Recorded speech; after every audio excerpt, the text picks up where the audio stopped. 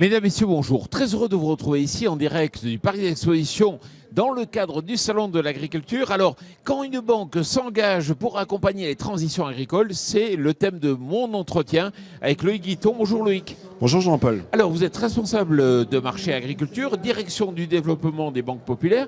Alors, est-ce que c'est le rôle aujourd'hui d'une banque d'orienter quelque part les stratégies ou les investissements ? Forcément, quand on est une banque de territoire, c'est important d'agir pour son territoire. L'environnement, on le voit bien, devient de plus en plus important et fait partie de l'accompagnement économique d'un territoire. Et notre banque donc, doit prendre un certain nombre de mesures, déjà une offre pour encourager ces projets, et puis peut-être d'aller plus loin à travers la mise en place d'investissements spécifiques et fléchés via certains dispositifs. Alors justement, parlez-moi de l'offre dont vous parliez. Alors donc aujourd'hui, l'offre AgriLisMat Cap Durable, c'est issu d'un travail avec quelques collaborateurs où on s'est dit comment être réellement acteur. Et être acteur, c'est pas simplement dire on va financer l'agriculture durable.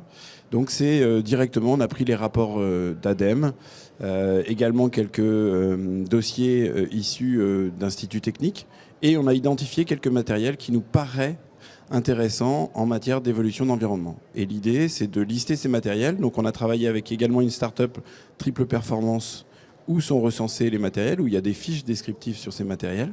Et nous, on va faire un effort financier, une réduction de moins 0,2 points sur ces matériels-là. D'accord, donc c'est là où se fait l'orientation, en fait une incitation à aller dans ce cas-là. Est-ce que vous auriez 2-3 exemples peut-être pour nous permettre de mieux comprendre la démarche ? Voilà, c'est important également de rentrer dans le détail parce qu'on le voit, souvent l'économie est sous-estimée. Par exemple, sur l'élevage et notamment dans le domaine laitier, l'utilisation d'un pré-refroidisseur de lait permet d'économiser jusqu'à 40% d'énergie.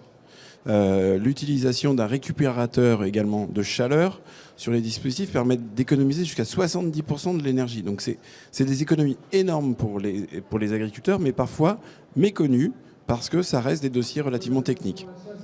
Vous avez peut-être dans le domaine des grandes cultures, les bineuses, j'ai vu notamment ? Oui, voilà. Donc, en matière d'économie de produits phytosanitaires, forcément, les bineuses deviennent un axe important.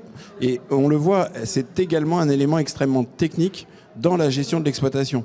Donc, derrière, ça permet aussi d'économiser en matière de produits phyto et réellement de rentabilité sur la structure. C'est bénéfique. Alors, on était au Cival il n'y a pas longtemps et justement au Cival, j'avais rencontré une entreprise qui me disait aujourd'hui, il faut transiter vers de l'éclairage LED parce que le coût ou la charge est importante. Voilà, donc ça fait partie des petites astuces qu'on peut avoir, même si à l'échelle d'une serre, c'est important de changer tout le dispositif d'éclairage. Par contre, de passer d'un éclairage standard à un éclairage LED, la réduction d'énergie est extrêmement importante et je crois que c'est de l'ordre de 50% également. Donc pour une serre où ce poste-là est un poste très important sur l'économie de la serre, et ben c'est des économies directes et nous, on souhaite encourager cette partie-là. Bon, Loïc, merci beaucoup. Je rappelle que vous êtes responsable du marché agriculture, direction du développement des banques populaires. Voilà. Et puis surtout, merci à vous.